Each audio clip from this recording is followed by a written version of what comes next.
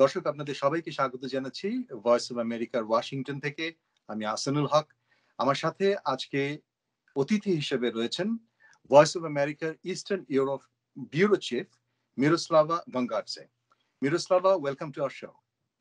Thank you so much for inviting me. We know that the situation, the tension between Ukraine and Russia, and also because of that, the tension between US and Russia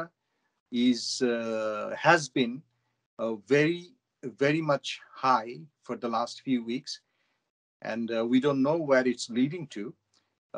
But I want to know the historical background because Ukraine used to be part of Soviet Republic, and now it is a separate country on the border of Russia. And there is so much animosity between these two countries now. But there was a time not so long ago, they used to be the same country. So I want to know a little bit of history when the countries were one country and then became two countries. Myroslava.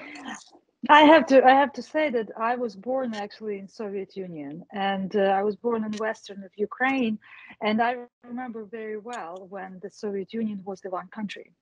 However, Ukraine, all these Soviet times, since 20th last century until 1991,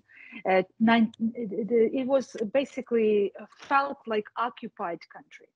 Yes, it was agreement, so-called agreement that Soviet Ukraine joined the Soviet Union. However, Ukraine always felt, as actually many other countries like Baltic states, like Georgia, always felt that they want to have their own independence.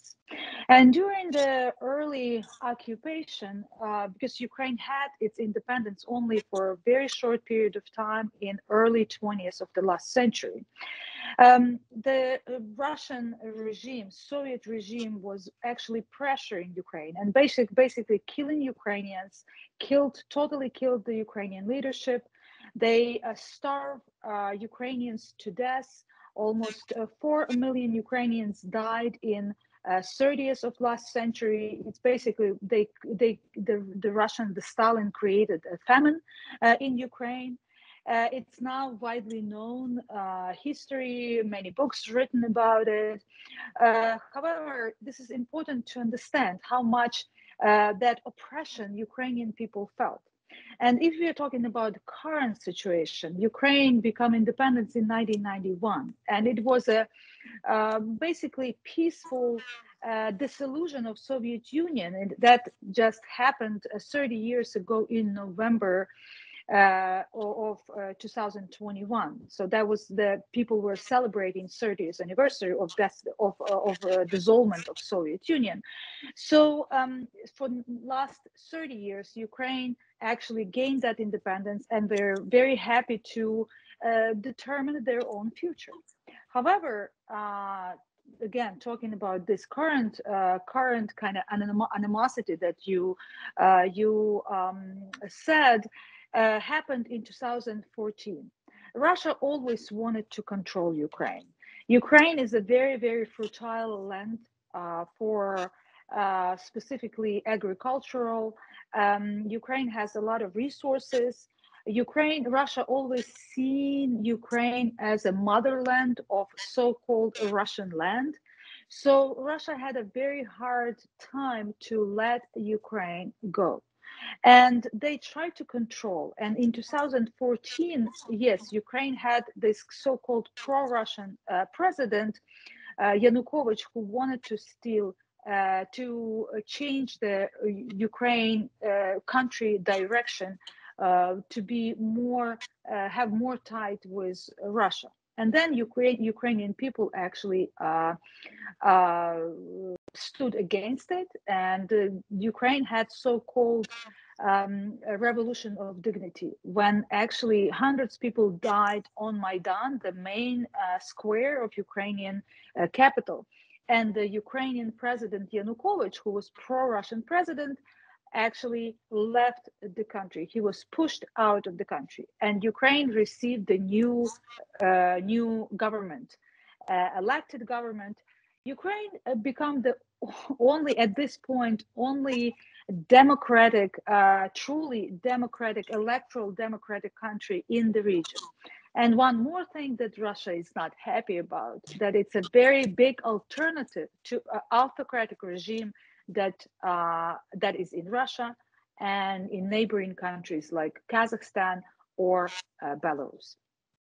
So, what are the common grounds? The people of Ukraine and people of Russia, are there any common grounds? There is a lot of common grounds, and there is no Ukrainian speaks both languages. Obviously, Ukrainian is a different language. It's a similar to Russian. I mean, for me, for example, when I was growing up, I learned both languages, and for me, it's natural to speak both languages. They both native to me, and as for many Ukrainians.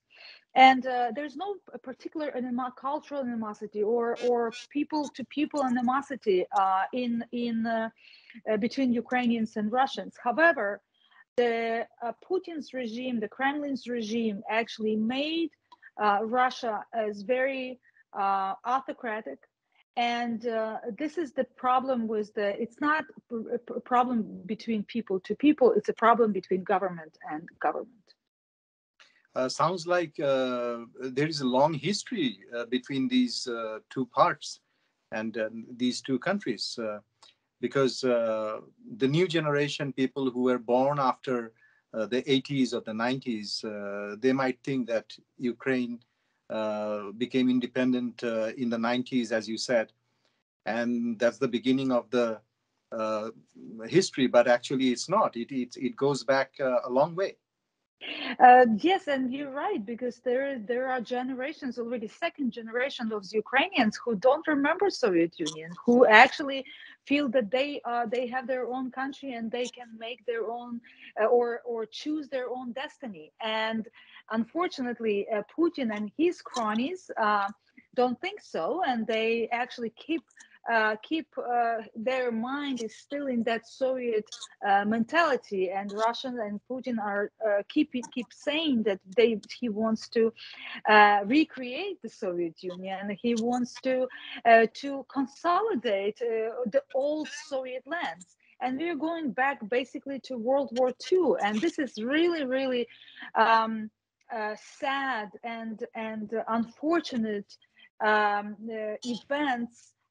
Because we are today in the 21st century, and the world is open, and the world is, and the young people want to travel, they want to live their own life, they want to make their own destiny, and unfortunately some people are not able to because of the oppression of their regime.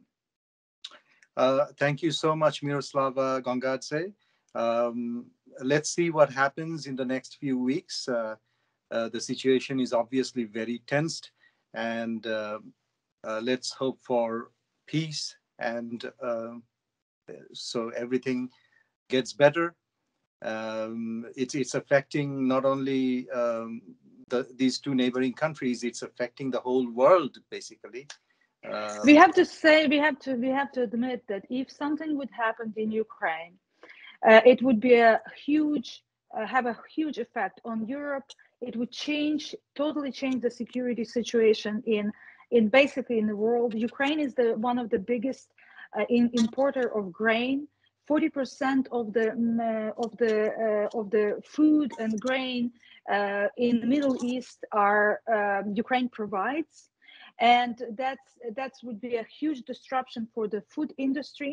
It would be a huge disruption for the energy industry in Europe. Europe can actually lose the access to energy resources, and then obviously NATO and Russia clash is not good for anyone in the world. So we are actually facing today a serious threat to the world peace, and we have to be vigilant about this. Absolutely. Thank you so much, Myroslava, for your time today.